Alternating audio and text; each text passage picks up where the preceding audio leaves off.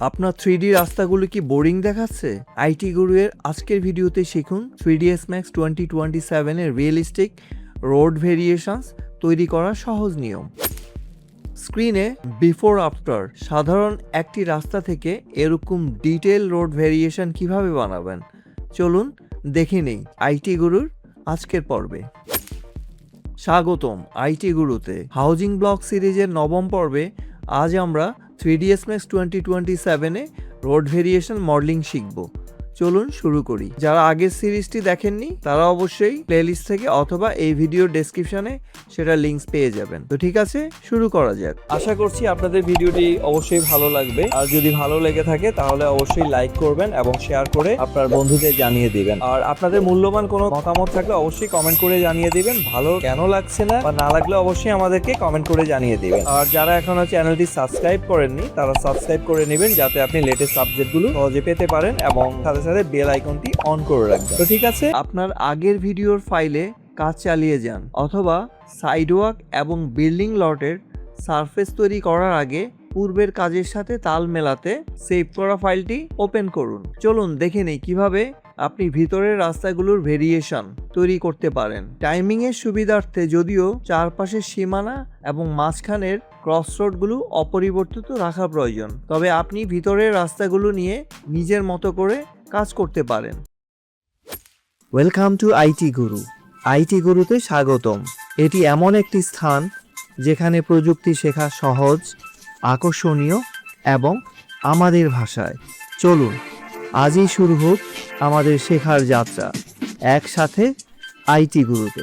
C++ ব্যবহার করে বর্তমান ইনফ্রাস্ট্রাকচারটি ডুপ্লিকেট করার মাধ্যমে কাজ শুরু করুন। এর নাম দিন হাউজিং ব্লক এ। আপাতত এটিকে সিন থেকে হাইড করে রাখুন, আমরা পরে আবার এটি নিয়ে কাজ করব। প্লেন 1 রেফারেন্স অবজেক্টটি আনহাইড করুন, যার মধ্যে বর্তমান রাস্তাটির লেআউট ম্যাপ করা আছে। ম্যাটেরিয়াল এডিটরে যান এবং সেই ভিউটি সিলেক্ট করুন যেখানে আপনি রেফারেন্স ইমেজটি ডিফাইন করেছিলেন। বিটম্যাপ নোডে ডাবল ক্লিক করুন এবং আগের ইমেজের জায়গায় ভিন্ন একটি রাস্তার লেআউট দেখানো আছে এমন একটি নতুন ইমেজ রিপ্লেস করুন এবং ম্যাটেরিয়াল এডিটর ক্লোজ করে দিন। এই কাজটি হয়ে গেলে আপনার রাস্তার মডেলটি সিলেক্ট করুন এবং খুব স্বাভাবিকভাবেই দেখতে পাবেন যে ভিতরের রাস্তাগুলো এখন ভুল পজিশনে রয়েছে। এখন আপনার কাছে একটি অপশন বর্তমানে ভিতরের রাস্তাগুলো এডিট করা এবং সেগুলোকে সঠিক জায়গায় সরিয়ে নেওয়া, কিন্তু এই পদ্ধতি ব্যবহার করলে আপনি নিশ্চিতভাবেই ম্যাপিংয়ের সমস্যায় পড়বেন। আপনি যদি ভার্টেক্সগুলো সিলেক্ট করে সেগুলোকে এদিক ওদিক মুভ করেন তাহলে সেই অংশের চারপাশের টেক্সচারগুলো নষ্ট বা বিকৃত হয়ে যাবে। আপনার হয়তো প্রিজার্ভ ইউভি অপশনটি ব্যবহার করার মনে হতে পারে, কিন্তু এই পদ্ধতিও আপনাকে হয়তো আশানুরূপ ফলাফল দেবে না। প্রায়শই এটি কোনো একটি অংশের কাজ করলেও অন্য অংশে কাজ নাও করতে পারে। আমার পরামর্শ হলো নিরাপদভাবে কাজ করার জন্য বর্তমান ভিতরের রাস্তাগুলো মুছে ফেলুন এবং একদম শুরু থেকে আবার নতুন করে তৈরি করুন। এটি শুনতে একটু কঠিন মনে হতে পারে, তবে কাজ করতে গিয়ে আপনি দেখতে পাবেন যে জিওমেট্রি এবং ম্যাপিং কোঅর্ডিনেটস ঠিক করার চেষ্টা করার চেয়ে নতুন করে শুরু করাটাই অনেক বেশি সহজ। তাই আপনার যেসব পলিগন আর প্রয়োজন নাই সেগুলো ডিলিট করে কাজ শুরু করুন। আশা করছি আপনাদের ভিডিওটি অবশ্যই ভালো লাগবে, আর যদি ভালো লেগে থাকে তাহলে অবশ্যই লাইক করবেন এবং শেয়ার করে আপনার বন্ধুদের জানিয়ে দিবেন। আর আপনাদের মূল্যবান কোনো মতামত থাকলে অবশ্যই কমেন্ট করে জানিয়ে দিবেন। ভালো কেন লাগছে না বা না লাগলে অবশ্যই আমাদেরকে কমেন্ট করে জানিয়ে দিবেন। আর যারা এখনো চ্যানেলটি সাবস্ক্রাইব করেননি তারা সাবস্ক্রাইব করে নেবেন, যাতে আপনি লেটেস্ট আপডেটগুলো সহজে পেতে পারেন এবং সাথে বেল আইকনটি অন করে রাখবেন। তো ঠিক আছে, মূলত ভিতরের সবগুলো রাস্তাই ডিলিট করতে হবে। এবার এজ মোডে যান এবং ভিতরের রাস্তাগুলো তৈরি করার জন্য আপনি যে এজগুলো অ্যাড করেছিলেন তার সবগুলোই সিলেক্ট করুন। সিলেক্ট করা এজগুলো রিমুভ করার জন্য আপনি কিবোর্ডে ব্যাক স্পেস কি ব্যবহার করতে পারেন, তবে একটি বিষয় মনে রাখবেন, সিলেক্ট করা এজ ব্যাক স্পেস ব্যবহার করলে শুধু এজগুলো রিমুভ হয় কিন্তু ভার্টেক্সগুলো আগের জায়গাতেই থেকে যায়। এটি এড়াতে সিলেক্ট করা এজে অবশ্যই কন্ট্রোল ব্যাক স্পেস ব্যবহার করবেন, যাতে এগুলোর সাথে সাথে এর সাথে যুক্ত থাকা ভার্টেক্সগুলো রিমুভ হয়ে যায়। পুনরাবৃত্তি করুন।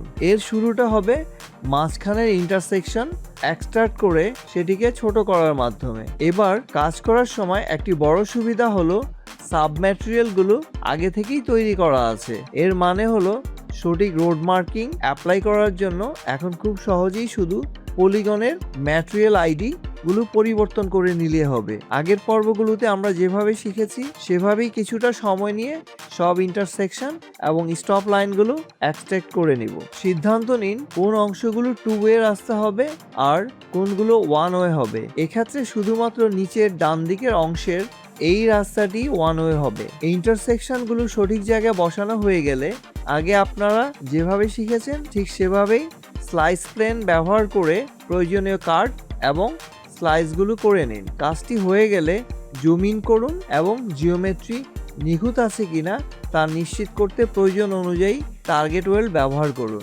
ভিউপোর্টে রেফারেন্স হাইড করা থাকলে আপনার হয়তো ভার্টেক্সগুলো ওয়েল্ড করতে সুবিধা হতে পারে।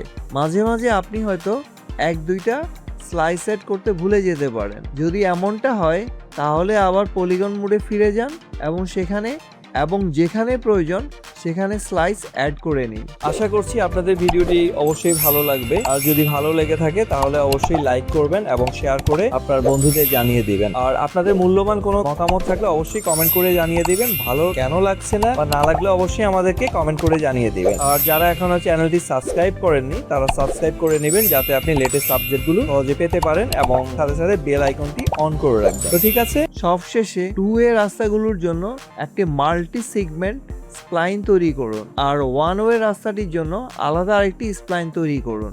7 মিটার দৈর্ঘ্য এবং প্রস্থ দিয়ে বার মোডে একটি সুইপ মডিফায়ার অ্যাপ্লাই করুন। নিশ্চিত করুন যে পিভট টপ সেন্টারে সেট করা আছে এবং এটি রিয়েল ওয়ার্ল্ড ম্যাপিং কোঅর্ডিনেট তৈরি করার জন্য সেট করা আছে। মূলত এখন আপনি যা কিছু করছেন তা আপনাদের আগের করা কাজগুলোরই পুনরাবৃত্তি। সুইপ করা অবজেক্টগুলোকে এডিটেবল পলিতে কনভার্ট করুন এবং মাটির নিচে থাকা প্রয়োজনীয় অংশগুলো রিমুভ করে ফেলুন। এবার মূল রাস্তাগুলো সিলেক্ট করুন এবং নতুন অবজেক্টগুলো এর সাথে অ্যাটাচ করে নিন। পলি মোডে গিয়ে সঠিক ম্যাটেরিয়াল আইডিগুলো সেট করুন। এক্ষেত্রে 1 ওয়ে রাস্তাটির জন্য 11 এবং 2 ওয়ে রাস্তাগুলোর জন্য 12 সেট করুন। এই অংশে প্রয়োজন অনুযায়ী অতিরিক্ত কাট এবং ওয়েল্ড করে নিন যাতে 1 ওয়ে রাস্তাটির ইন্টারসেক্টিং রাস্তার সঠিকভাবে কানেক্ট হয়ে যায়। জিওমেট্রির কাজ শেষ করতে সবগুলো ভার্টেক্স সিলেক্ট করুন এবং অবজেক্টটিকে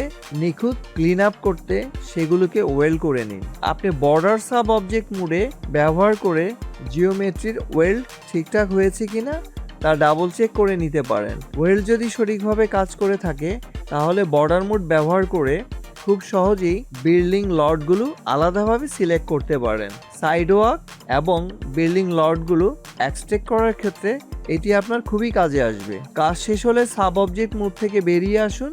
এখন আপনার কাছে দ্বিতীয় হাউজিং ব্লকের রাস্তার লেআউটটি তৈরি হয়ে গেল। আগের মতোই এর একটি ডুপ্লিকেট করুন এবং এর নাম দিন হাউজিং ব্লক বি। এই ওয়ার্কফ্লো ব্যবহার করে আপনি খুব সহজেই আরও নতুন রাস্তার লেআউট তৈরি করবেন। একটি তৃতীয় ডিজাইনও দেওয়া আছে, তবে আপনি চাইলে অবশ্যই নিজের মতো করে নতুন ডিজাইন তৈরি করতে পারেন। আপনার কাছে যত বেশি ডিজাইন কালেকশন থাকবে আপনি তত বেশি রাস্তার ভেরিয়েশন তৈরি করতে পারবেন। পরবর্তী ভিডিওতে আমরা এই বর্তমান রাস্তার ইনফ্রাস্ট্রাকচার ব্যবহার করেই সাইডওয়াক এক্সট্রাক্ট করা শিখব। শিখতে ভালো লেগেছে? তাহলে একটা লাইক দিন। আপনার একটি লাইক আরো অনেককে সাহায্য করতে পারে।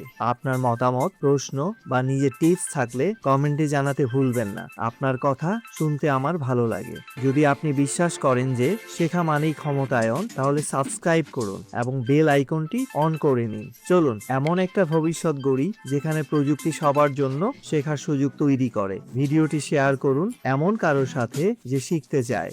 চলুন একসাথে এগিয়ে যাই।